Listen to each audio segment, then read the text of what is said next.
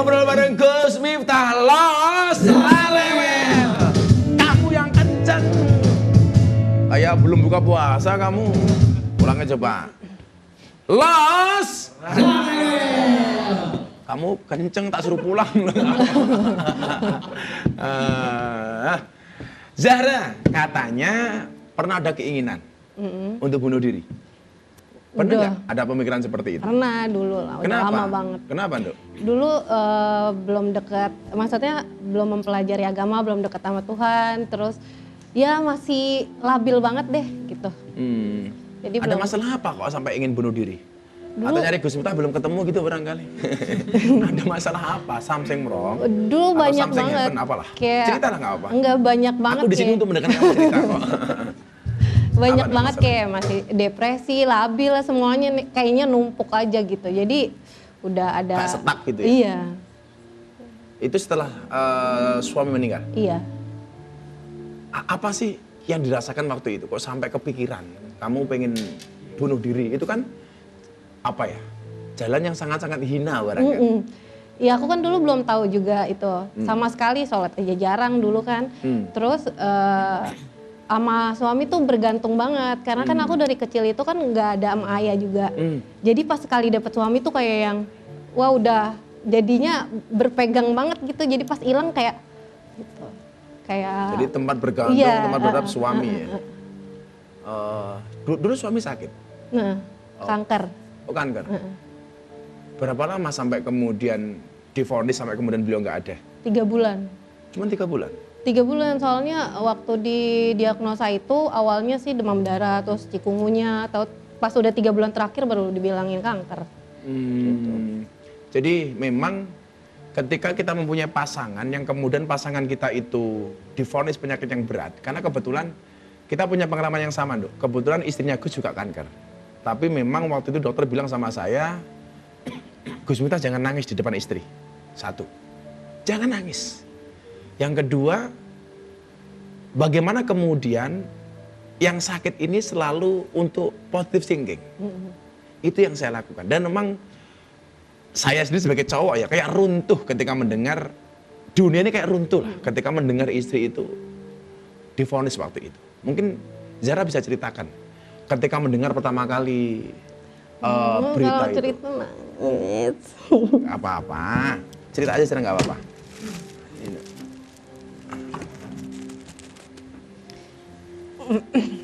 Karena Gus juga punya pengalaman yang sama, Dok. Saya pengen kemudian sobat kepo di rumah itu bisa bersikap ketika kemudian kita nggak pernah berharap lah ya pasangan kita, keluarga terkasih kita kena sakit seperti itu. Tapi mungkin dari pengalaman kita, alhamdulillah kalau istrinya Gus mampu eksis sampai hari ini dan sehat gitu loh. Mungkin Zahra bisa ceritakan keadaan suami waktu itu. Ya udah 3 bulan terakhir dan udah stadium 4 kan, udah enggak. Stadium 4 ya? Iya udah. Tahu-tahu sudah stadium 4? Iya, jadi kayak udah nggak ada harapan, udah pasrah. Padahal waktu itu satu-satunya tempat bergantung suami ya. Inilah kenapa kemudian saya selalu mengatakan, jangan bergantung dengan manusia. Walaupun dengan pasangan kita sekalipun. Kenapa? Karena memang satu-satunya tempat bergantung terbaik adalah Allah. Zahra mulai hari ini coba banyak untuk membaca zikir hasbunallah wa ni'mal wakil. Cukuplah Allah sebagai penolong. Hanya Allah yang bisa menolong kita, bukan orang lain. Kita itu kalau senang, semua orang datang ke kita. Tapi ketika kita susah, kayak gak ada yang kenal dengan kita. Dan di situ Allah gak pernah lari.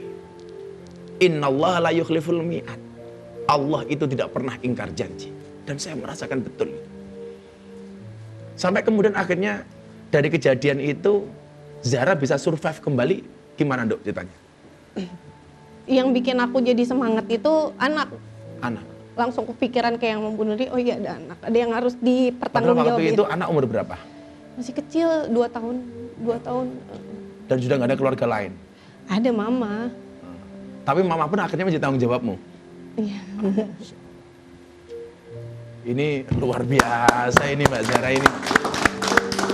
Maka dari itu kemudian akhirnya memutuskan untuk menjadi disc jockey itu. Pertimbangannya karena memang punya kemampuan untuk itu? Aku sekolah dulu, karena aku kan enggak takut yang kayak dicap asal-asalan atau gimana gitu. Jadi aku sekolah dulu, Tapi emang niatnya buat nyari uang. Mungkin segala sesuatu itu kan kita harus bisa mengambil hikmahnya, Dok. Sejak kepergian suami, hikmah apa yang Zara dapatkan? Yang tadi dibilang itu bergantung jangan sama manusia tapi sama Allah. Sejak saat itu aku jadi kayak merasa kuat gitu. Gara-gara itu kemudian kayak punya kekuatan gitu ya. Artinya tidak ada daya dan upaya kecuali dari Allah. Gus Miftah sering selawat hasbi rabbi jalallah. Hasbi rabbi jalallah. Cukuplah Allah yang maha agung sebagai penolongku. Ma fi qalbi ghairullah. Tidak ada sesuatu pun di dalam hatiku kecuali Allah. Nur Muhammad sallallahu, cahaya Muhammad yang Allah berselawat kepadanya. La ilaha illallah. Tidak ada Tuhan kecuali Allah. Yuk kita baca ini yuk. Mumpung ini bulan Ramadan, kita minta pertolongan sama Allah termasuk untuk si Zahra dan anaknya. Hasbi Rabbi Jalallah ma fi qalbi ghairullah Nur Muhammad sallallahu la ilaha illallah. Ini untuk Zara barangkali nanti suatu saat kamu merasa sedih, merasa susah, merasa setak, macam-macam lah pokoknya perasaannya. Nanti Zara baca, nanti tak kasih tulisannya dulu. Kamu baca itu, minta hanya kepada Allah. Saat nge-DJ kabarnya Zara juga minum alkohol. Masa lalu ya nggak apa-apa lah. Artinya masa lalu kita bicarakan supaya teman-teman yang di sini bisa untuk menjadikan pelajaran. Selalu minum alkohol untuk meningkatkan rasa percaya diri. Bener itu Zara? Iya benar. Kalau nggak minum nggak bisa main gitu? Enggak, jadi aku sebelum naik perform itu aku harus minum dulu segelas 2 gelas. Loki 2 loki. Jadi minum ya. 1 sloki 2 sloki. Maaf keceplosan. Keceplosan deh. Ini juga minum kok ini, Ciu Plastikan. Kenapa kok harus minum? Kalau nggak minum nggak pede itu. Artinya kalau nggak minum apa underestimate gitu untuk nge-DJ? Nggak pede aja. Jadi kan banyak kerumunannya jadi kayak nggak pede aja. Jadi harus minum dulu. Aku kan tahu ya karena Gus Miftah itu kan disebut presiden para pendosa. Yang setiap malam saya sering masuk ke kafe-kafe seperti itu. Artinya kenal minum sejak umur berapa? Sekolah kali ya, SMA ya, SMA kelas. Saya alhamdulillah saya udah 20 tahun bergaul dengan anak dunia malam. Tapi sampai hari ini sedikit pun saya belum pernah minum. Kalau saya punya prinsip, kalau saya minum, saya nggak berhak untuk menasihati para peminum. Bahkan saya ngerokok pun tidak. Saya ngerokok pun tidak. Zara kalau pilih suami, pilih yang ngerokok apa enggak? Enggak.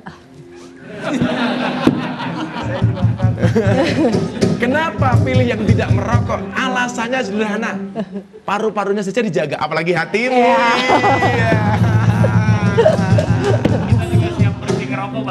Siap berhenti merokok. Beda dengan bapak saya di rumah. Bapak saya perokok, akhirnya saya kasih buku bahaya merokok. Subhanallah, bapak saya langsung berhenti membaca. Sekarang yang menjadi titik balik seorang Zahra untuk kemudian memutuskan meninggalkan dunia DJ dan pada akhirnya berjilbab. Itu waktu malam takbiran 2 tahun lalu. Takbiran 2 tahun yang lalu. Iya, itu aku tiba-tiba aja pakai kerudung aja keluar, terus nggak pernah dicopot lagi sampai sekarang. Cuma nggak ada alasan atau mimpi sebelumnya atau karena alasan apa? Enggak. Tapi emang sebenarnya sih udah niat dari lama. Cuma atau sebelum pakai jilbab sudah ada pengajian? Enggak. Cuma dengerin lagu-lagu Muslim, terus ceramah-ceramah aja gitu random. Tuh kan, ternyata hidayahnya malah justru dari musik. Makanya saya nggak sepakat kalau kemudian orang musik itu haram. Ya nanti dulu. Buktinya banyak orang yang mendengarkan musik, dia mendapatkan hidayah. Makanya menurut Jalaluddin Ar-Rumi itu, musik yang diharamkan itu apa? Ketika suara sendok bertemu dengan piring, dimainkan oleh orang kaya dan didengarkan oleh orang miskin, itulah suara musik yang diharamkan dalam Islam. Kenapa? Karena di satu sisi orang makan dengan begitu luar biasa, sementara tetangganya nggak bisa makan. Itu yang diharamkan. Ini nyatanya beliau berjilbab kemudian mendapatkan hidayah dari musik. Makanya kenapa Gus Miftah kalau pengajian pakai selawatan pakai musik? Karena bagian dari itu. Banyak orang nyaman mendengarkan itu. Nah, bagaimana respon lingkungan? Karena saat Zahra memutuskan berjilbab itu, diketawain nggak? Minimal di lingkungan kerja. Karena waktu itu momennya masih lebaran kali dikiranya jadi kayak Ini lebaran iya ini. lebaran, tapi kok pas lama-lama nggak buka-buka gitu. Tapi posisinya waktu itu masih nge-DJ nggak? Udah pas habis pakai hijab udah nggak, udah ditolak. Langsung pekerjaan putus kontrak semuanya ya? Iya. Terus tapi teman-teman sih kayak nggak percaya. Jadi kayak teman-teman kayak ini taruhan nih kapan buka lagi gitu, kapan buka lagi gitu. Taruhan gitu ya? Jadi pada taruh ya. Paling cuman masih mumpung nih. Iya. Paling sebulan 2 bulan selesai Iya. nih. Itulah kadang-kadang ketika kita niat baik, itu yang nggak nguatin tuh siapa? Mulutnya orang. Padahal kalian tahu kenapa telinga itu ditaruh di samping, mata ditaruh di depan. Seharusnya kita menilai orang itu karena harus melihat sendiri, bukan dari katanya. Dengerin. Dengerin katanya. Makanya begitu kita mau berbuat baik, katanya begini. Zara itu sekarang udah pakai jilbab, paling begini. Nggak usah dengerin. Maka memang al-hijrah itu manhajrosu. Hijrah itu adalah hijrah dari meninggalkan kebusukan, dari meninggalkan kejahatan, meninggalkan keburukan. Kemana? Menuju ke kebaikan. Yang tadinya masih terbuka, hari ini tertutup. Yang tadinya kurang baik, menjadi baik. Tanpa harus menjelek-jelekkan mereka yang belum baik. Karena begini, Dok, kadang-kadang begitu kita berjilbab, akhirnya merasa paling baik. Dan akhirnya apa? Menjelek-jelekkan mereka yang belum berjilbab. Padahal itu juga masa lalu kita. Maka Gus Miftah selalu mengatakan, orang baik punya masa lalu. Dan orang jelek pasti punya masa depan. Gara-gara ujian yang semakin banyak, nggak tahu kenapa cintaku sama Allah tuh semakin banyak juga, makin bertambah. Luar biasa.